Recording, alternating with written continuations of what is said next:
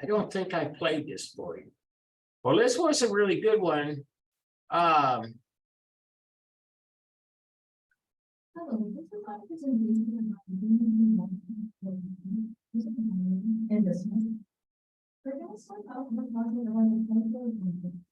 Can you guys hear me?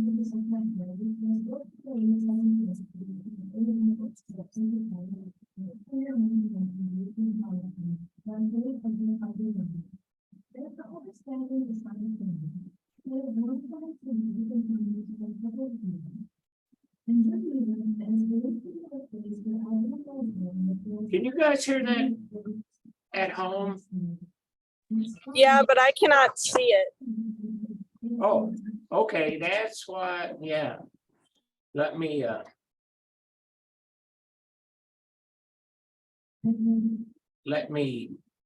start over. First of all, I think I can boost that up, and this let me see about what full screen sharing we got, and there we go. There's the share now. Yeah, I can see it.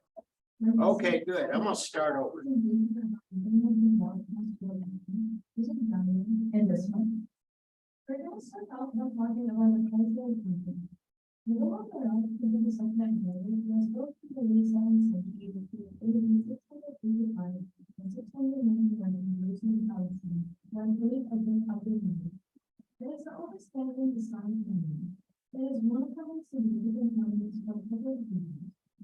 In Judaism, it is believed to be the place where Adam was born, that was still given the order to sacrifice his son as son.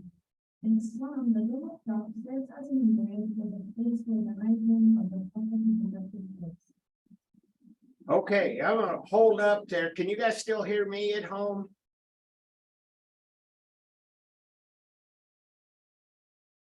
Can you guys hear me? Yeah. Okay, thanks, Mackenzie. One of the things that I asked you to do in this presentation is talk about power systems and belief systems. And one of the things that I want to kind of re-emphasize is that most everything we've seen, not everything, but most everything we've seen has some connection to a religious belief. And in part because that was the religious belief was the governing ethos, the governing set of laws for the culture. And so we still do that today in a lot of countries that their laws are based on religious beliefs. And so anyway, that makes that the power, and that's connected to the belief system, and that's what I wanted to clear up for you. This one's quite obvious because it's a Dome of the Rock, and this is a holy place in the Islamic faith. But as these presenters will tell you, it's also a holy place in Judaism and in Christianity. And so the religious belief will almost always get you there, but then sometimes there are other kinds of doctrines or belief systems that will influence the creation of the work. Raylan, I'm calling on you again today. Raylan showed me a medieval or 16th century lute. And the sound hole was this elaborate pattern. And she noticed that it looked very similar to the rose windows of the cathedrals at Chartres and the Cathedral of Saint Denis. And what underlied all of these things is that this was a time when the truths of mathematics were starting to get incorporated into the Christian belief system. So there was truth in numbers, and because mathematics was so pure, it could support the wisdom of God. It could be divine perfection. As a lot of people at the time thought about that as proof of the existence of God, because this is so perfect, you can actually figure this out with numbers, and it works, And so anyway, those are the kinds of things I'm talking about. And three belief systems, well, you can really go there with that. So here we go. Understanding, also known as Islamic faith as Al-Salafism. It is believed that Hindu Raphael ascended and died properly throughout his lifetime. Allah's way led him to all of them when he ascended to heaven. When the dome of God was built, half a century after the death of the Prophet Muhammad, there was no intention for it to be a mosque. The architecture of the Islamic was definitely called the design of a mosque. It was built as shrine for Jerusalem. Its outstanding architecture plays a big part in its significance. Taking a look at the thermal analysis, as the name suggests, dome of the rock is a structure that surrounds a rock that is believed to be the location where Prophet Muhammad ascended to heaven. The rock is surrounded by two anti-earthquakes, or walking space. The rock itself has a protective dome, and there is a stairway that leads into the cave underneath the rock. In addition, an octagonal exterior wall surrounds the rock. Each of the 8 sides. There's something they're saying here. I really like this presentation here, because they're starting to talk about rectangular or octangular. They're using geometric language to describe this, and that is something that fits into what we were just talking about too. This is not something that's just a Christian thing. It's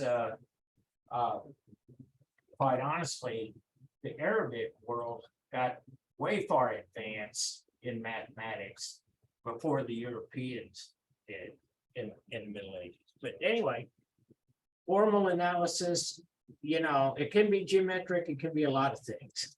They're 16 feet wide and 36 feet high.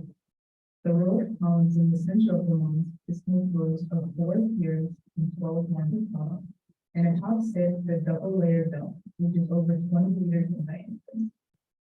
The entire monument is set on a horizontal platform, which suggests a feeling of repose and gives the mosque auto space in the landscape. Let's take a look at the inside. The spiritual atmosphere is created by the soft light that shines in through the grilled windows of the dome, as well as the exterior walls. This light. This is another thing. This is pre-Gothic architecture, but that's what Abbot Suger brought into Christian Gothic architecture, and that was that you let light into the space. And so he changed all of those Romanesque cathedrals and installed light. And light it has a lot of practical use, but it's a metaphor. And we even talk about it. A lot of religious and spiritual events as being enlightenment. It's all tied together. It's anyway. Reflect onto the woven mosaic that's scattered in the interior of the column. The vertical lines of the columns communicate a feeling of extending towards the sky of heaven. Taking a closer look at the motifs, you may notice how they differ from other religious sites or places of worship. The mosaics contain no iconography, but rather inscriptions of verses in the Holy Quran, which is the book of Islam. This type of artwork is called aniconic art, where no human or animal figures are depicted. The only symbolic icons depicted inside the mosque are mosaics with crowns and jewels, along with Arabic verses. These mosaics are composed of geometric shapes and designs, which honors the mathematical process of Islamic art. Inside the mosque, the ambulatories serve as space for Muslims to pray. Underneath the rock, there is a natural cave where there is also prayer space for worshippers. Lastly, let's take a look at the outside. The first aspect that touches a real sign is the dome of The vivid blue tile of waves are made from ceramic tile, and they decorate the upper half of the mosque beneath the dome. Both the dome and the exterior walls contain many windows. The interior and exterior of the structure are decorated with marble, mosaics, and mosaics. The significance of Al-Aqsa, the occupation and policy. Al-Aqsa is stunning architectural feats that fully capture the skill and artistry brought by its management. Their intricate Arabic weave into stunning buildings and geometric design. The dome of the rock is marbled over and significantly expanded. However, there is no history behind not only Al-Aqsa, but the land in which it was once. It is vital to understand the ongoing occupation of Palestinian land done by the designers, when learning about the role of the land. This past year, Israeli forces attacked innocent Palestinian protesters outside Dome of the Rock, and in addition attacked worshippers inside the mosque as well. They used rubber bullets and tear gas, injuring at least 47 Palestinians. This was all done shortly after agreeing to a peace treaty, which they violated at a holy site against innocent civilians. The ongoing oppression of Palestinians has been happening since 1948 and has since caused immense suffering of Palestinians where they are killed and deprived of their human rights. And here are our sources. Thank you for listening.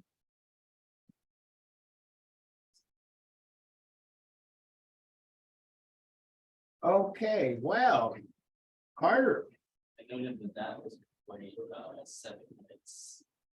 yeah, Is that well, it is what it is. I think there were a few things that could have been easily done to bump this up another couple of minutes or even 5 minutes. And one is what they alluded to. They said underneath is a natural cave that holds the rock that in the Jewish tradition is where God commanded Abraham to kill his son Isaac. And in Islamic tradition, it's the same event, but they believe it was Ishmael, according to their belief. And in Christianity, they believe that too. But the rock is really kind of one of the big points, because that rock is really what the holy place is all about. And they could have talked about that more. So yeah, it is what it is. It's a little short, but I thought they did some things that I wanted you guys to see. And the other thing was this last part about the occupation of Palestine. And I want to hear some of what you guys have to say before I weigh in on that. If you have an opinion, one way or the other.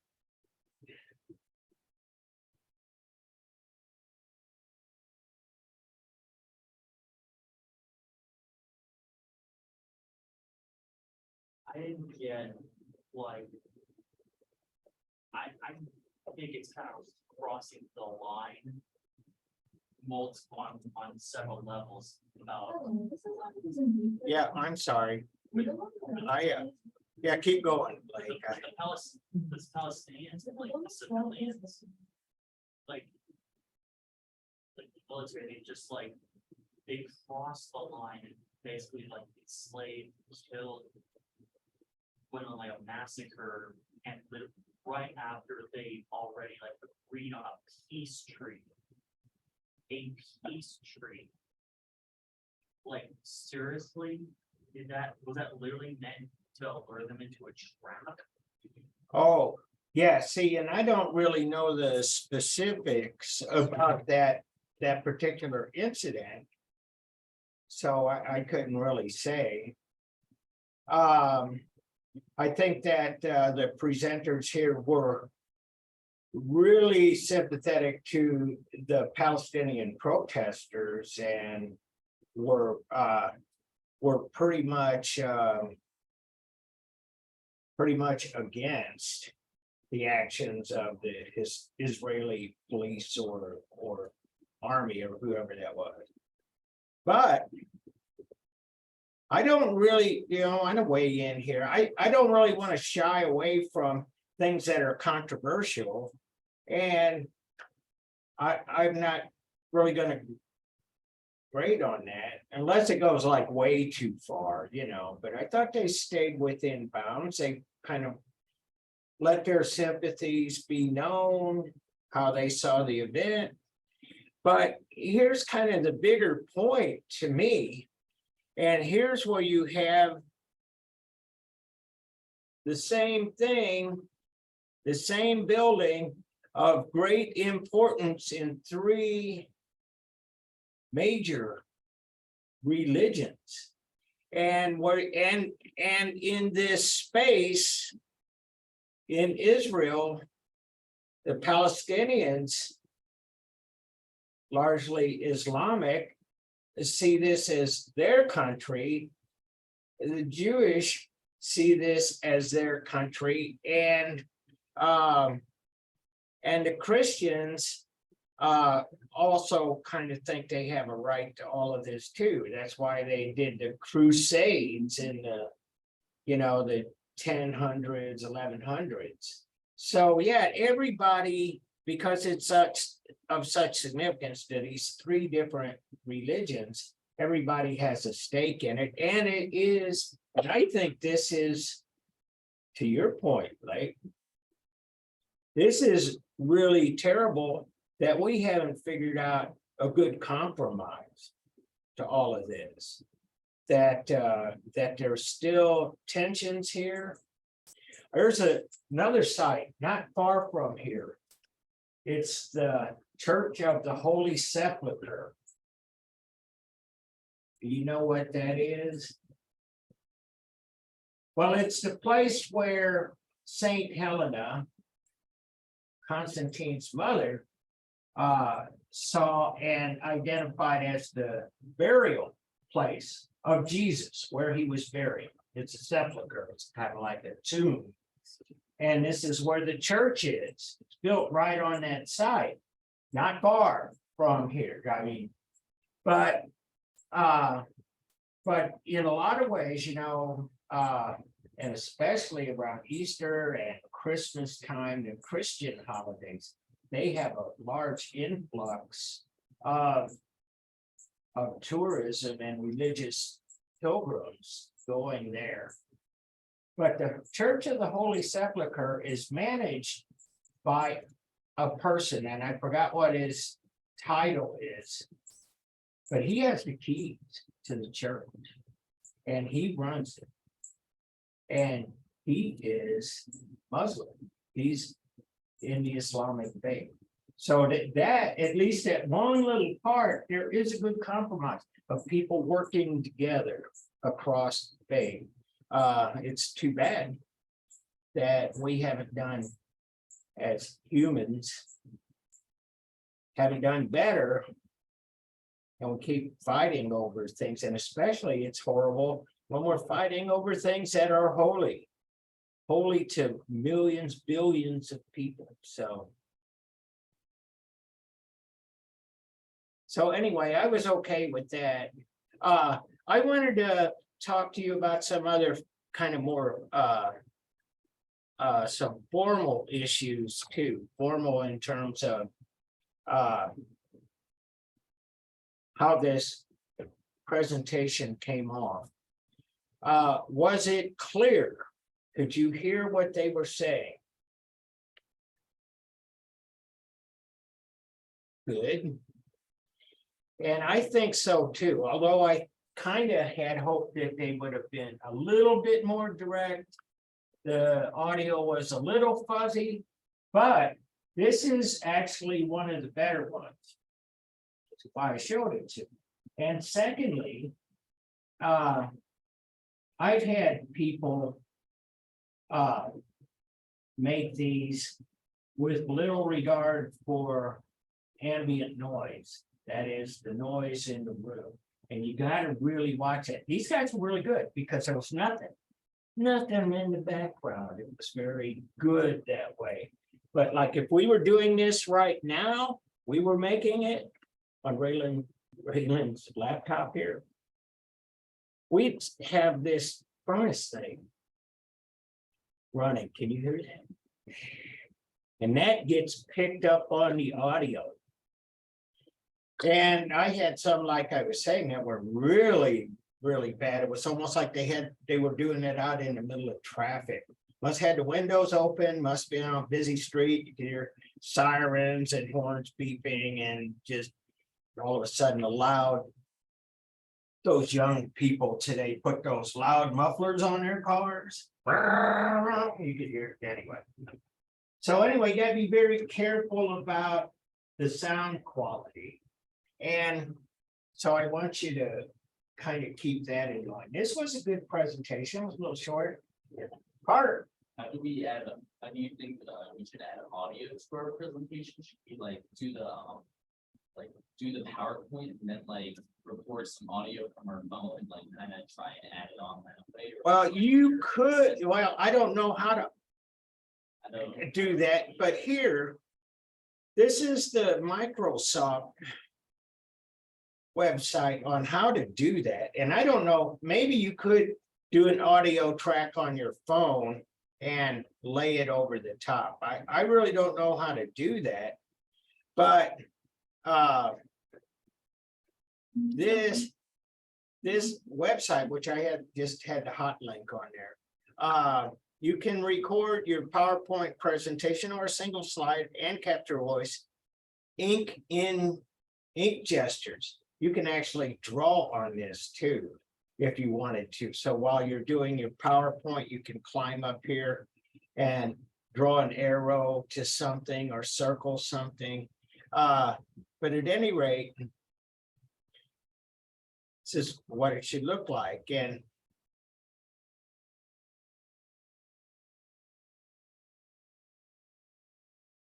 let me,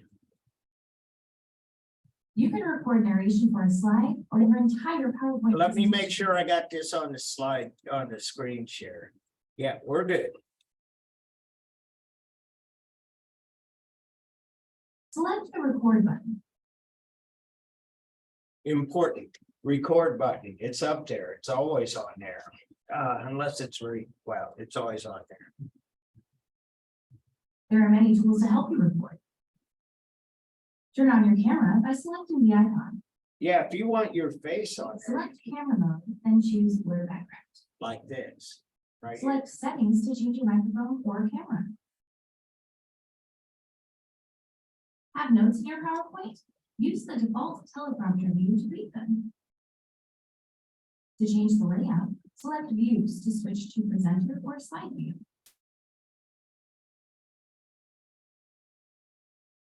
When you're ready, select record and start speaking. Okay. And that's this so far is why I've been trying to walk you through this. The next quiz will ask you to develop your narration even more, but that's why at least this little segment on quiz 4 about why you chose the work you did, that's a pretty significant part. That will be a significant part of your PowerPoint presentation.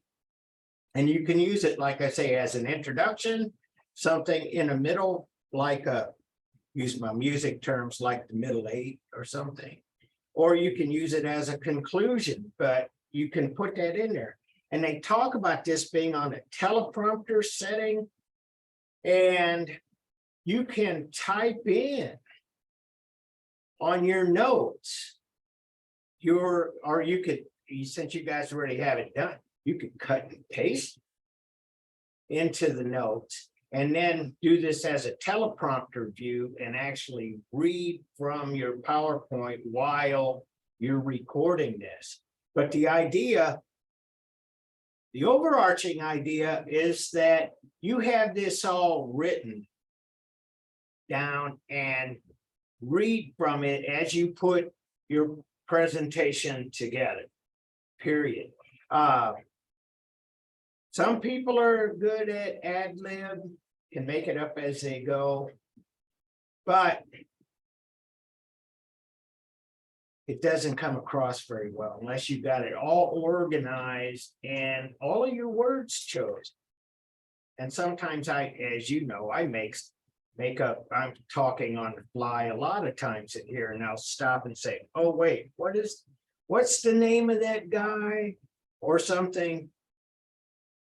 Can't really do that on your presentation. So professional, hit record, and Hello, everyone, and welcome to the fourth coffee investigation. Just a reminder, Use an on-screen laser pen or highlighter and it'll record as well. To continue recording on the next slide, go to it. Narration won't record during slide transitions, so let those play first before you start speaking. yeah, and what All that, recording has I want to say, and what that is that sometimes, and it's probably not anything you want to do here, but you saw how this slide was, it had a transition period. And you can do that up there on your, in your menu on top, you can set your transition times and you can kind of let it unfold, which is what this person did. 21, 36, 29, whatever. But you see that kind of came in, it took about 3 seconds or 4 seconds. And when it's in transition, it will not record. But once it's set, you're good. Or select stop if you're done. To review the video, select the play button.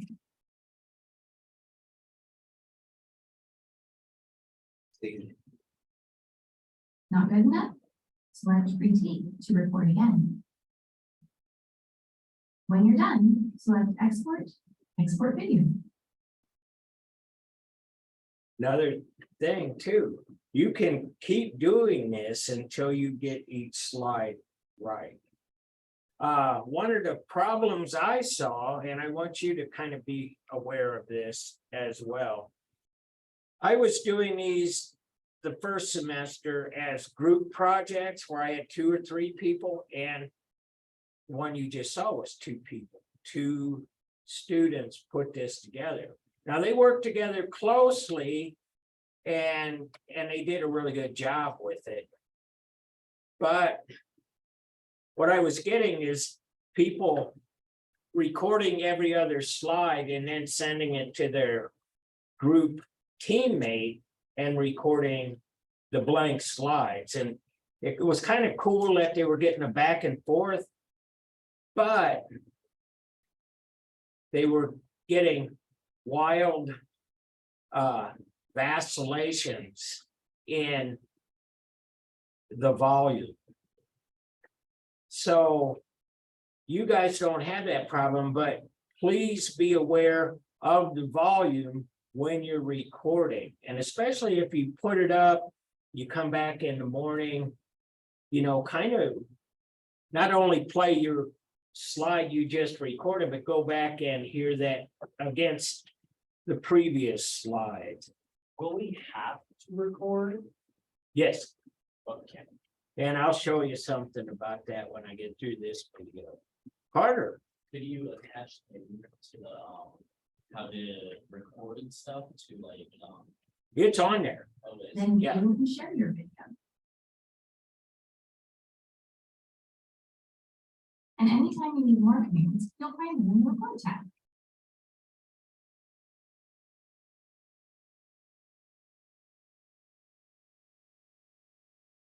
And so there you are, Carter. There's the link. That's exactly what I showed you. Okay, right there.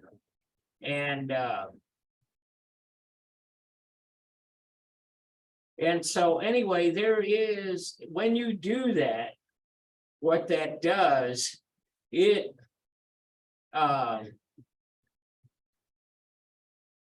takes your PowerPoint presentation and it ends up making an MPEG-4 video. And if it doesn't do that automatically, you can save it as an MPEG. And usually the MPEGs play better. That's the format that we use on YouTube and stuff like that.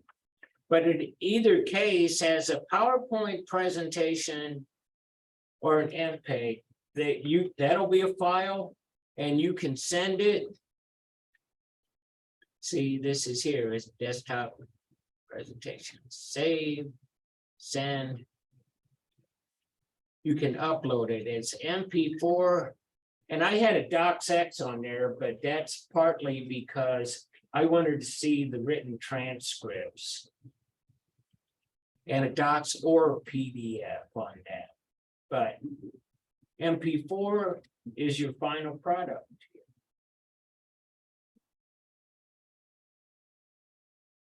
So anyway.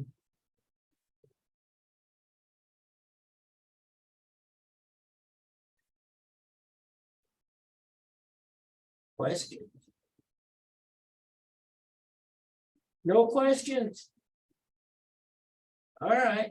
Well, we already had some questions, and I like you guys because you raise your hands and ask questions, and I'm good with that. All right. Well, that was the update. We'll revisit this a number of times before it's due. And I'm sure you'll have more questions as you guys get closer.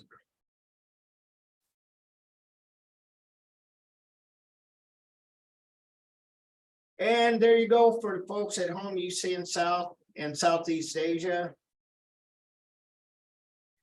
Yeah. Okay, great. And so anyway, we were talking about Buddhist art mainly, and then we started talking about Hindu art of India. And I'm trying to think of exactly where we ended up. It was around here somewhere. Vishnu temple. Vishnu asleep on the serpent. And on top, let's see. Here.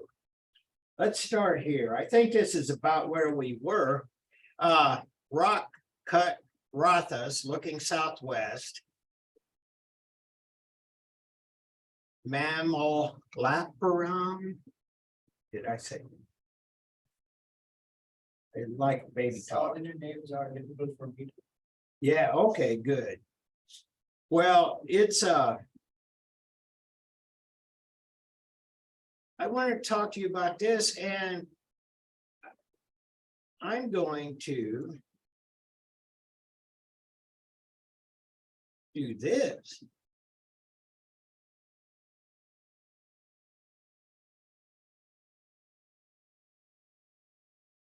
Because I had to bring in some help here.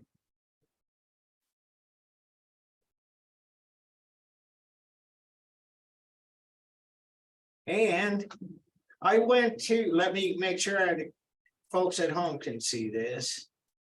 Yeah, we're good. I wanted to see the website, and this is actually kind of a tourist website, Indian Holiday. And it's a really kind of a cool website because a lot of the stuff that we're looking at, they'll show you how to go see it. And I thought that was in so many ways appropriate. I have this same class online, ADAH 100. And oftentimes people write to me text, and they talk about their bucket list, and all of the places that we see on the slides are places that they're checking that they want to go see and visit before they go away. That's what a bucket list means, by the way. So anyway, here is the 5 rathas. And has more about them here. The temple town of India, located along the shores of the Bay of Bengal. This historic town is located about 60 kilometers away from south of Chennai. The structures are called rathas because they're of their peculiar architecture, design, and shape. The word ratha means chariot. And so, yeah, that's why I went to this website, because I really wanted to find out what this was about. And it's significant because of their peculiar shape. Each one of them is different. And they're named after a presiding god and their images in the temples. And so everything above the base is significant too, by the way, I found out. But what's on top is about a particular god. This Ratha is named after Draupadi, the wife of Pandavas. Yeah, anyway, as you can see, these are the various gods these are named after. And so they're basically these 5 temples. And as they have the same name as chariot, what I've been finding out here too, doing a little more research than I have in the past, that there are a lot of things that, a lot of dual meanings in a lot of the words and the terms that we use. But at any rate,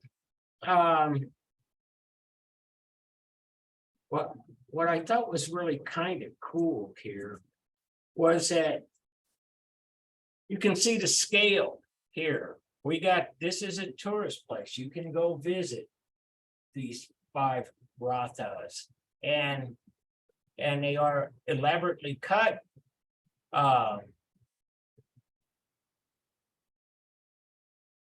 And so, yeah, it even tells you how much it costs to get in. So, and you can take as many pictures as you like. Anyway.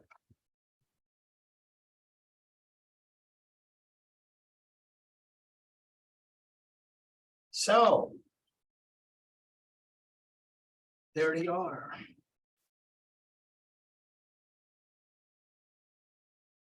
And so, and here is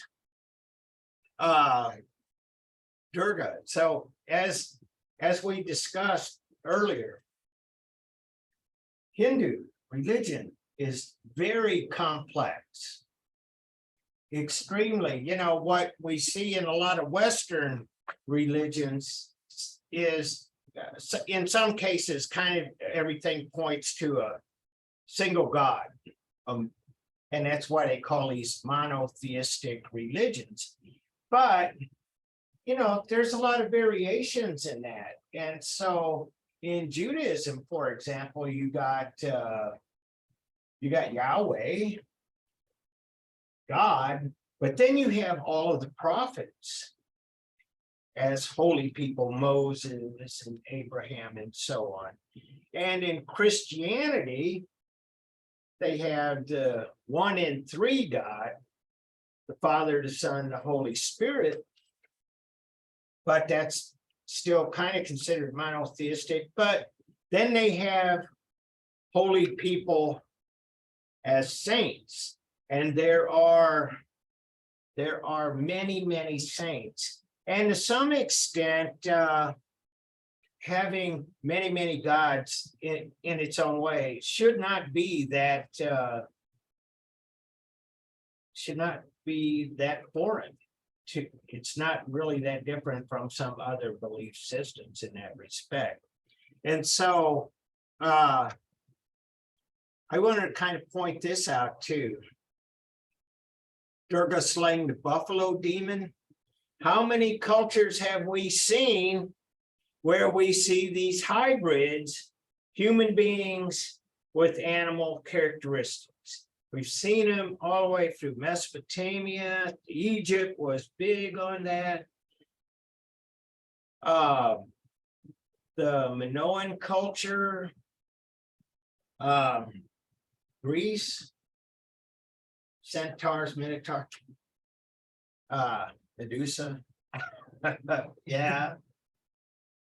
Yeah, so anyway, as I've been looking at a lot of these things for actually a really long time, I think it's amazing to me that how similar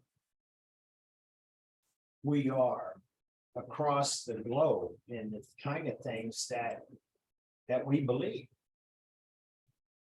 And I think that, well, just personally, I think that's something to be celebrated. I want to tell you a story here. I'm going to get off track here a little bit. You go into psychology.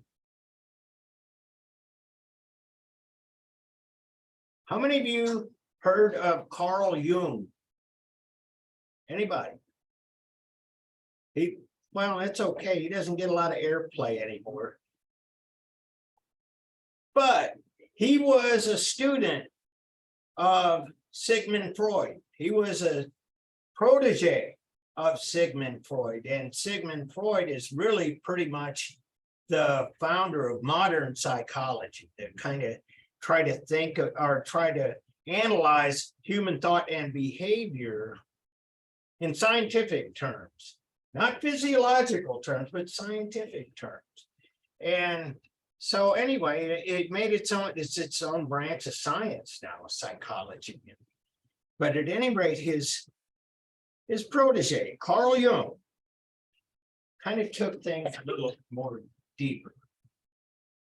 And what he did was study, and this was a time when a lot of these European colonial powers were out there kind of digging up artifacts and shipping these things back to Europe. We talked about some of the more notorious ones, like the Elgin marbles, stuff like that. But he was seeing this stuff come in from places like India and the Himalayas. And he was seeing things come in from the Americas. And he was noticing that in the spiritual religious practices across the globe, there were some surprising similarities. And there were similarities that could not be explained. They couldn't be explained by that there were trade routes or anything like that, that some of these cultures were absolutely not connected as far as we could tell. For example, we talked about this one last time we were here, the swastika. And it's in Buddhist and it's in Hindu culture. And we see that the Great Mosque at Cordova, ancient Greek pottery. You see this area right there? That is a swastika. And so Jung is like finding this swastika, say, this is a good example. He was finding that in the Southwestern indigenous people's art in North America, the Navajos, that was a sacred symbol to them. And we have some of their pottery from centuries ago, and we see a lot of their fiber arts. One of the things that the Navajo were very well known for is their blankets and their designs. Prominent in many of those was the swastika. And so he basically said this: how could this be? How could these signs and symbols exist independently? It happens too much just to be random chance. And so there were other symbols and signs. He called those archetypes, archetypical signs and symbology. And there were some other ones, like a spiral. that's used a lot of places all over the world, and even in cave art. Spiral. Spiral's an interesting one because a lot of in modern day, this is way before the discovery of the double helix and the DNA. There are some people that believe that that's what that spiral represents, is the structure of DNA. I don't know if I'd go that far, but we do need to see those kinds of symbols all over the world in separate cultures divided by space and time. So anyway, get to the point here, Bohack. Bottom line is that he theorized that there was this thing called, that he named, the universal subconsciousness. And the subconsciousness is that subconscious mind. We kind of talk about that sometimes. We talk about that sometimes because there are things that we think, but not at a conscious level, but things that we know. And he talked about the universal subconsciousness as what connected all of these cultures over such a vast period of time, and theorized that this universal subconsciousness had been accessed by cultures all over the world in different ways. And he started to theorize some other things, that you reach this universal subconsciousness, and this was a big part of Jungian psychology. He thought there were ways that we make ourselves access the universal subconsciousness for doing things like prayer and meditation. And you reach this other level of consciousness that he called the subconsciousness. And we also access this while we dream. While we're asleep, the mind suspends all of its defenses of the conscious world and drifts in to the universal subconsciousness. And he would explain that this is phenomena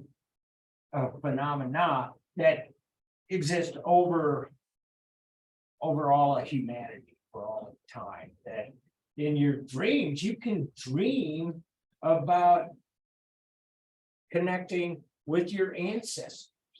You can, while you're asleep, you can do this. And his feelings, his theory was that all of this was real. And it was based on research, almost anthropological research, studies of various cultures around the world and across time. And so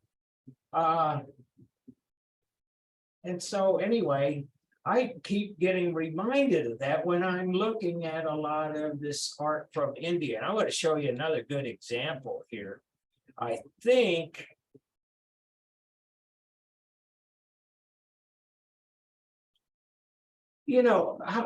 like there's so many things like a belief in an afterlife.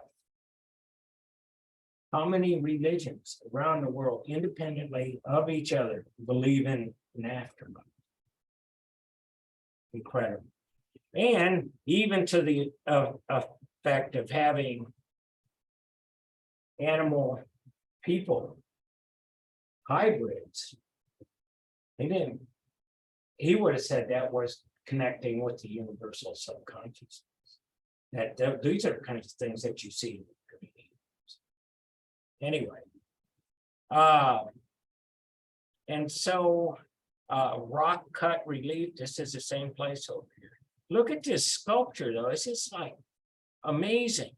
And that is what happens a lot in South Asia, all the way from Pakistan, all the way over to the eastern side, Bangladesh, and so on.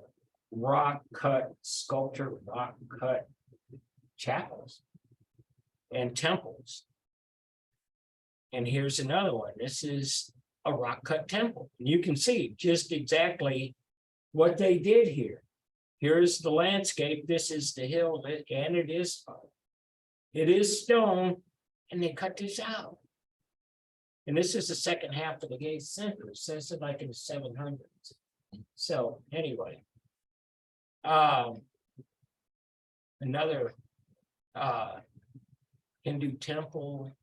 But I wondered, yes, magnificent.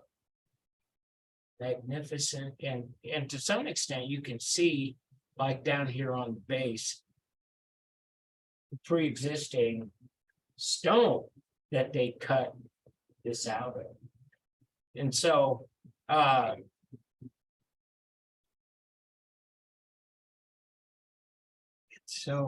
here's what I'd like to do. I think this was it.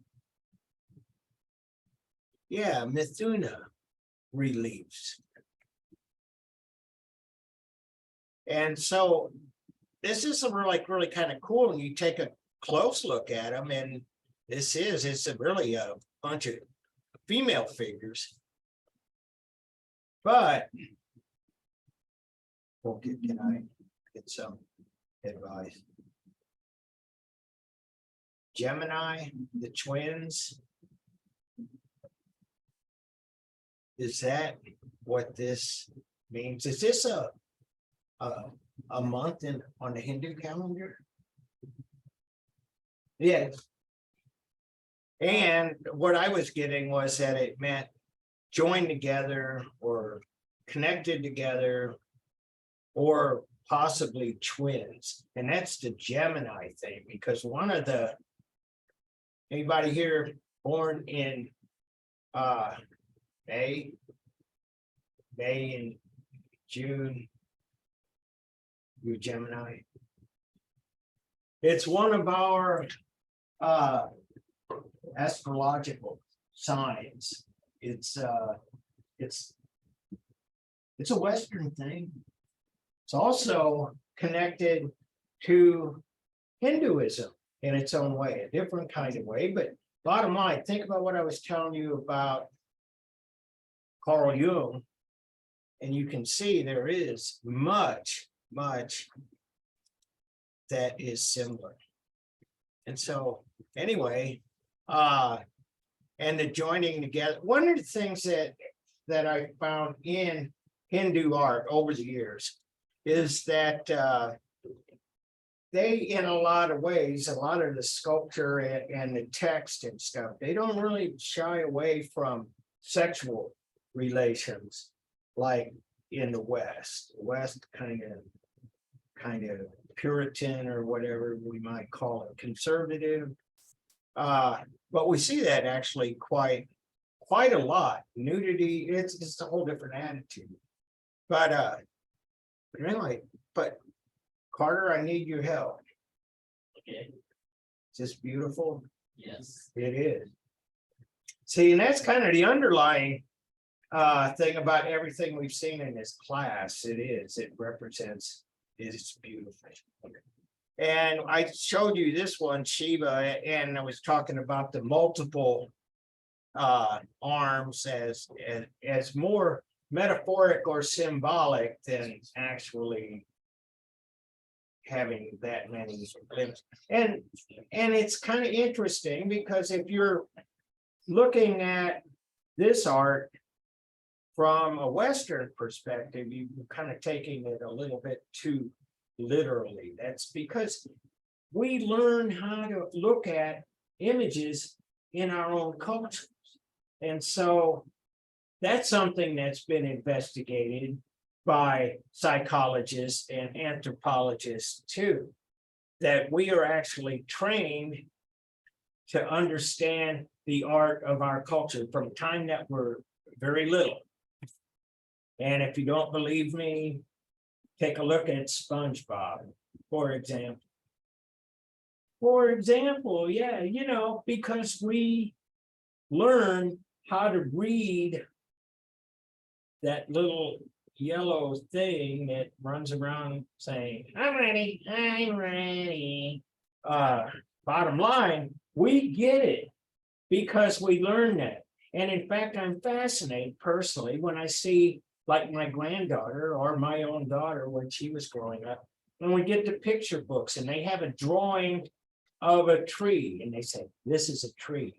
Well, yeah, it is, but it's not too. It's this big kind of fluffy green shape and a brown sort of cylindrical rectangular shape, maybe holding it up, and this is a tree. Well, it doesn't look like any tree that I've ever seen, but we're teaching the children to read this visual information in this way so that you know this is a tree, you know that Bob is a sponge, you know that Bugs is a bunny, and so on, because we're taught to see it that way. And what I was talking about, the research here, bottom line, they've taken a lot of stuff that's kind of real common in Western culture, and they take it to people that never saw this before. And they would look at this stuff and they would have no idea what you're talking. Says it's a tree. No, it's this green shape and a brown shape, and doesn't look like any tree that I've ever seen, you know. But anyway, it's a cultural thing. And I would go this far as to say that when we understand how people in other cultures see things, you get to know what that culture is about more. It's insight into the culture. And so here was Shiva. That's a dance step. That's a dance step. Dance step. a dance. Yeah. Yeah. Step, yeah. Oh, Shiva is also known as dance of Lord of Fantasy. yeah, there you go. Yeah. Thank you. So either he's happy or angry in this dance. And so is that true with this too, that Yeah, dance? Okay. That's an expression of the dance form that. Aha, thank you. Now I even know more. Thank you. I had some question about this too. You can help me out with it. Tamil Nadu, India. Is this over on by Sri Lanka? Yeah. Okay. Because even Sri Lanka has majority of Tamilians there. Right, yeah, yeah. I kept seeing the Tamil influence come up. And actually I saw that come up when I was looking at this Angkor Wat. And they were talking about the Indian Tamil king of what is now Cambodia. And he built this. And talking about which, what time is it? I might have enough. This is in Angkor Wat, and this was begun as a Hindu temple and was converted to be a Buddhist temple, and it has everything to do with the changing religious changing religions of the population. And so what I got here, somebody leave. And so anyway, this is the largest religious monument in the whole world. It's huge. And secondly, they're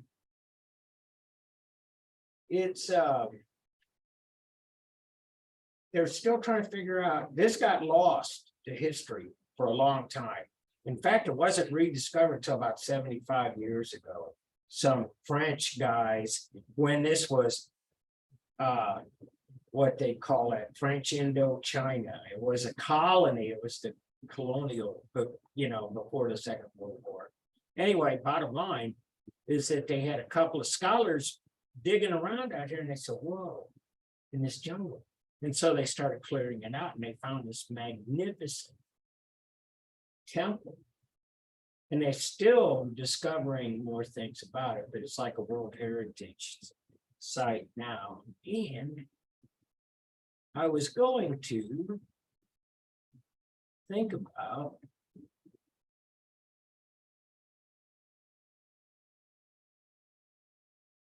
this.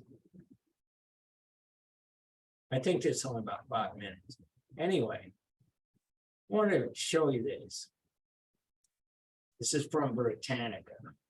And let me make sure I got my right share. Yeah, we're good. In the middle of the Cambodian jungle, we find dancing fairies and smiling gods. Their stone faces at all the temples of what was once one of the biggest cities in the world, Angkor. In the Middle Ages, around 1 million people lived here. According to legend, it was not kings who ruled over the Khmer Empire, it was the gods. Now, when anyone talks about Angkor, they're usually referring to Angkor Wat, the best-known temple situated in the center of the former metropolis. It's still one of the largest sacred buildings in the world. The temple complex was constructed around 1,000 years ago from artistically hewn sandstone. Yet in the 15th century, the Khmer suddenly left them undamaged temple. To this day, no one knows why. The lost civilization was only discovered 150 years ago by explorers from France, the country that had colonized Cambodia. Angkor is a legend and myth. The secular power of the legendary Khmer Empire is asserted in these magnificent sculptures and reliefs of divine beings. Almost 2,000 different stone figures decorate the walls of the Angkor Wat temple. But the gods and mythical creatures of Angkor are starting to crumble and disintegrate. Sandstone crumbles in tropical climates. Despite the fact that the facade remains intact, the dancing figures are starting to fall apart. Sandstone, that doesn't matter. Professor Hans Leisen from Germany is an expert in difficult cases like this. He's a kind of cosmetic surgeon for ladies of stone, and now he's working to ensure they keep their enchanting smiles. He left his home country years ago to come to Angkor and rescue as much as he could the temple figures. Every day he oversees what his younger colleagues are doing, scraping bad droppings off the goddess's shoulders, tearing climbing plants from their shapely legs, and applying stone hardener to the cracks in the room. As you can see, that area up there is done with. That will stay how it is. Whatever reliefs or figures were once there are lost. And everything here has a mythological background. All the figures have a story behind them. But that has been lost. We can't be All of the figures have a story behind. Until we exist because we don't have the time. This is a patient we will never be finished working on because these reliefs and figures must be preserved over the long term. So there will always be something to be done here. Also es wird nie fertig werden. Hans Leisen has been here many times, training the local Khmer people in the art of restoration, so that they will eventually be able to take care of their World Heritage Site themselves. Angkor Wat is the national symbol of Cambodia. It features on its flag and on its banknotes. But close to Angkor Wat are more temples, hundreds of them, that also need restoring and preserving. The temples of Angkor are the legacy that the people of the Khmer Empire passed down to their descendants and to the rest of the world. And the lesson to be learned from them is humility. We see how impressive the fruits of human endeavor can be, but also how transient.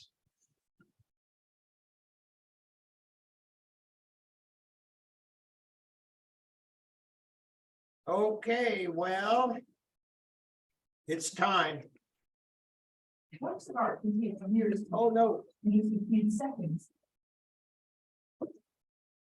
See you guys on Wednesday, and I'll tell you what we'll begin with. There's one last thing I want to talk about South Asia, and that is something that's not in the book. Taj Mahal. Yeah.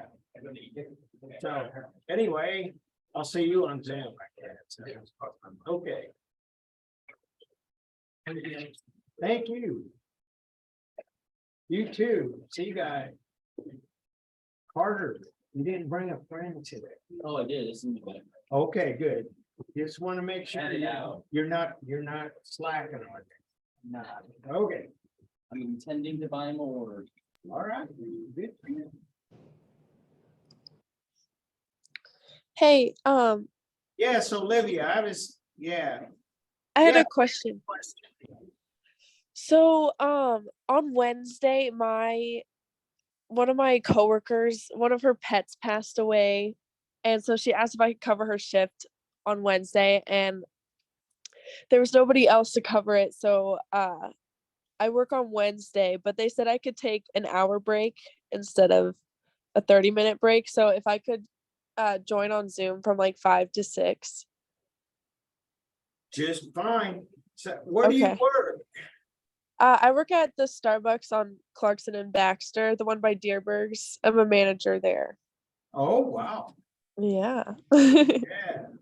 All right. Yeah, thanks for letting me know. I know things come up and so anyway, I'll have this on Zoom and I'll have it on the media gallery too. So anything you miss, you can take a look there.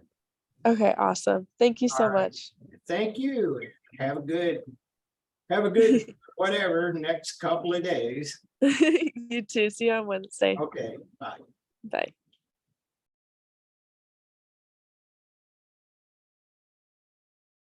So, yeah. Sorry I wasn't in class last week. I got really sick.